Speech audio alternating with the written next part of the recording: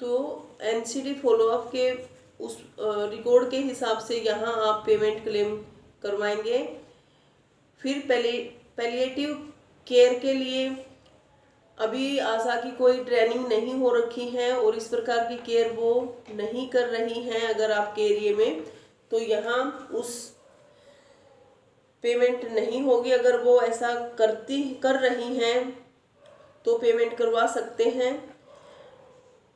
इसी प्रकार योगा कैंप पे कुछ दिन ही लगे थे, तो ये भी काम आप कंटिन्यू नहीं कर रहे हैं तो नहीं पेमेंट हो पाएगी। कोऑर्डिनेशन विद सीएचओ, अगर स्पेसिफाई कोई डे है या जैसे अभी एनडीडी या अनीमिया मुक्त भारत या किसी प्रकार फोर्टनाइट मनाई जाती है, उसमें पूरा काम करती हैं आशाएं, तो 100 रुपये यहाँ है।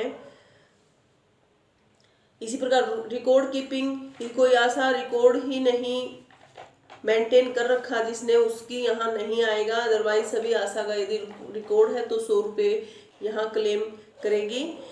ये सभी 10 के 10 कॉलम भरवाने के लिए आप एक पेज पे एक आशा का परफॉर्मा भरें। आगे जब से आपका HWC बना है, सपोज अप्रैल 2023 से बना है, तो अप्रैल 2023 से सभी मंथ, मई जून जुलाई अगस्त मार्च तक के सभी मंथ का नाम लिख लें और ऊपर ये 10 के 10 कॉलम। इस प्रकार से ये फॉर्मेट है, यहाँ 10 कॉलम और यहाँ मंथ का नाम लिखकर एक आशा का एक फॉर्मेट भर लें और हेड वाइज नीचे भी टोटल कर दें पेमेंट जो भी बने। यहाँ ध्यान रखें कि परसेंटेज, यदि 50% काम है तो वहाँ 50 रुपये नहीं भरने, परसेंटेज के नीचे आप पेमेंट भर ले 75 रुपये अगर 50% है तो।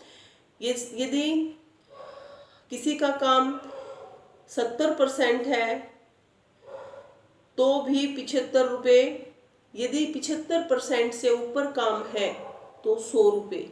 ये थोड़ा सा सावधानी से आप भर के और इस परफॉर्मे को वेरीफाई करके सीएचओ और रिस्पेक्टेड एमओ इंचार्ज और फिर आप अपनी सीएचसी पर जमा करवा दें, ताकि ये ब्लॉक आशा कोऑर्डिनेटर के थ्रू फॉर्मेट भरा जा सके और अकाउंटेंट इसकी पेमेंट अतिशीघ्र कर सके। तो धन्यवाद। अगर फिर भी कोई कॉलम में आपको डाउट है, समझ में नहीं आया है, तो आप कमेंट बॉक्स में लिखकर अपना डाउट क्लियर कर सकते हैं। उम्मीद करती हूँ इससे कुछ हेल्प आपकी हो सकेगी। धन्यवाद।